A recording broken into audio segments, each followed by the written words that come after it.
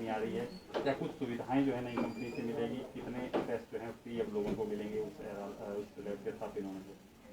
देखिए, ये SRL company के साथ हिमाचल प्रदेश सरकार का जो करार है वो समाप्त होने के बाद एक स्वाभाविक प्रक्रिया है। एक निविदाएं आमंत्रित की गई थी, उसके तहत जो कंपनी कृष्णा डायग्नोस्टिक उसका नाम है, जो क्वालिफाई हुई है इस टेंडर में, तो अब प्रदेश भर में डायग्नोस्टिक लेबॉर्ट्री वाला काम जो है वो कृष्णा डायग्नोस्टिक शुरू कर रही है।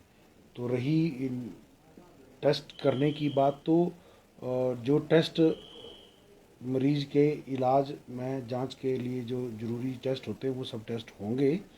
कुछ आरकेएस की लेबॉर्ट्री भी कुछ टेस्ट करने में समर्थ होती है। कुछ हाई एंड इन्वेस्टिगेशन है जिनको बाहर से करवाना पड़ता है। तो इसमें जो रेट का क्राइटेरिया रहा है वो ये कि आरकेएस से के रेट से जो अधिकतम डिस्काउंट जो कंपनी देगी, आरकेएस केवल उन्हीं के साथ अनुबंध करेगी। तो उसके तहत ये कृष्णा डायग्नोस्टिक क्वालिफाई की है।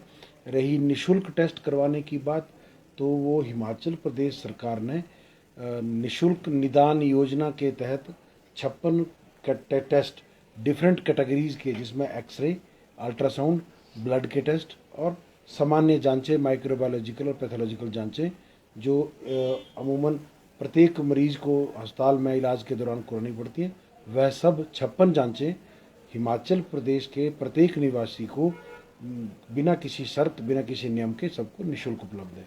जी, वहीं पे बात की जाए सर कि थायराइड के टेस्ट अब आने वाले समय में मुश्किल होंगे, जिस तरह से एसआरएल लैब बंद हो गई है। जी, ऐसा नहीं है। देखिए, एसआरएल लैब, कृपया शब्दों का सही चयन हमें करना चाहिए। एसआरएल लैब बंद नहीं हुई है।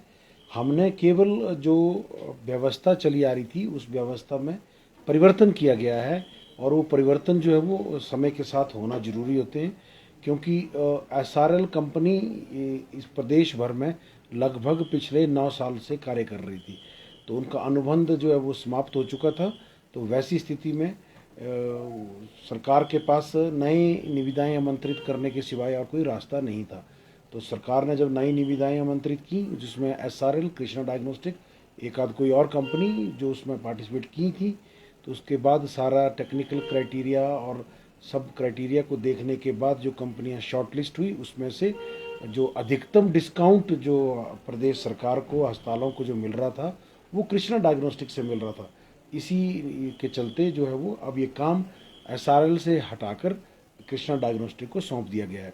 अब रही शिफ्टिंग की बात, तो जब भी कोई बदलाव होता है, हम एक कमरे से दूसरे कमरे में शिफ्ट करते हैं, तो समस्याएं जाहिर सी बात है, कुछ थोड़ा दिन एडजस्टमेंट में प्रॉब्लम आती है।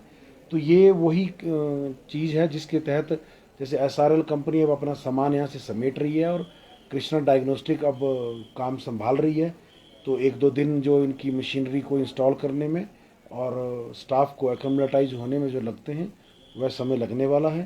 परंतु हम ये स्पष्ट तौर पर आप सब लोगों से के माध्यम से सब लोगों से कहना चाहेंगे कि किसी भी व्यक्ति का आपातकालीन स्थिति में किसी भी तरह के इलाज में कोई भी कमी नहीं आने दी जाएगी। जी, जो टेस्ट है क्या वो सभी जिस तरह से एसआरएल की कंपनी यहाँ पे जाती है 2-3 दिन तक, जब तक दूसरी कंपनी नहीं आती, तो जो टेस्ट जो रूटीन के होते थे, क्या वो यहाँ पर सरकारी लैब है वो उसमें हो पाएंगे सर? जी, जी, हमारी जो इमरजेंसी लेबॉर्ट्री है उसको हमने और अधिक स्ट्रेंथन और उसमें मैन पावर को भी बढ़ाया है, इसी बात के चलते कि इन केस उसकी जो टाइम विंडो है उसको भी बढ़ाया गया है, क्योंकि जब तक कृष्णा डायग्नोस्टिक पूरे कार्य को सही तरीके से नहीं संभालती, तब तक इस काम में अस्पताल की लेबॉर्ट्री जो है वो अपना हाथ बटाएगी। इसके लिए हमारे यहाँ पर प्रशासनिक अधिकारियों के स्तर पर बैठक करके इसका आगे समय सारणी, वहाँ पर काम करने के लोगों का रोस्टर, वहाँ पर काम करने की समय सीमा, उन सब चीज़ों को बना लिया गया है। वहीं पर बात की जाए सर, इन दिनों वायरल काफ़ी फैला हुआ है और प्रतिदिन बात की जाए तो ओपीडी में कितने मरीज आ रहे हैं और पहले की तुलना में मरीजों की संख्या क्या बढ़ी है? देखिए, ये मई जून के महीने में अक्सर इस तरह के मरीजों की संख्या बढ़ती रहती है, और साथ ही साथ इसके अतिरिक्त एक जल जनित रोगों की संख्या भी अब बढ़ने वाली है आने वाले समय में। तो ये स्वाभाविक है। ये प्रतिवर्ष अगर हम कैलेंडर को देखें और उसके हिसाब से अस्पताल के आंकड़ों को देखें, तो प्रतिवर्ष अप्रैल मई जून के महीने में जो मरीजों की संख्या में इजाफा होता है।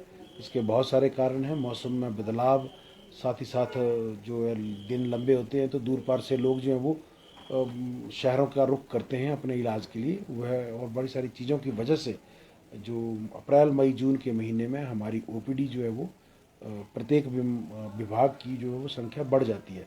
रही फीवर की बात, तो जो भी कोई व्यक्ति फीवर इस तरह के लक्षण सहित आता है तो उसमें भारत सरकार के सख्त निर्देश हैं कि किसी भी फीवर और इस तरह की समस्या लेकर अगर कोई व्यक्ति आता है तो कोविड की संभावना को रूल आउट किया जाए, जिसके तहत ऐसे लोगों का कोविड टेस्ट भी यहाँ पर करवाया जा रहा है।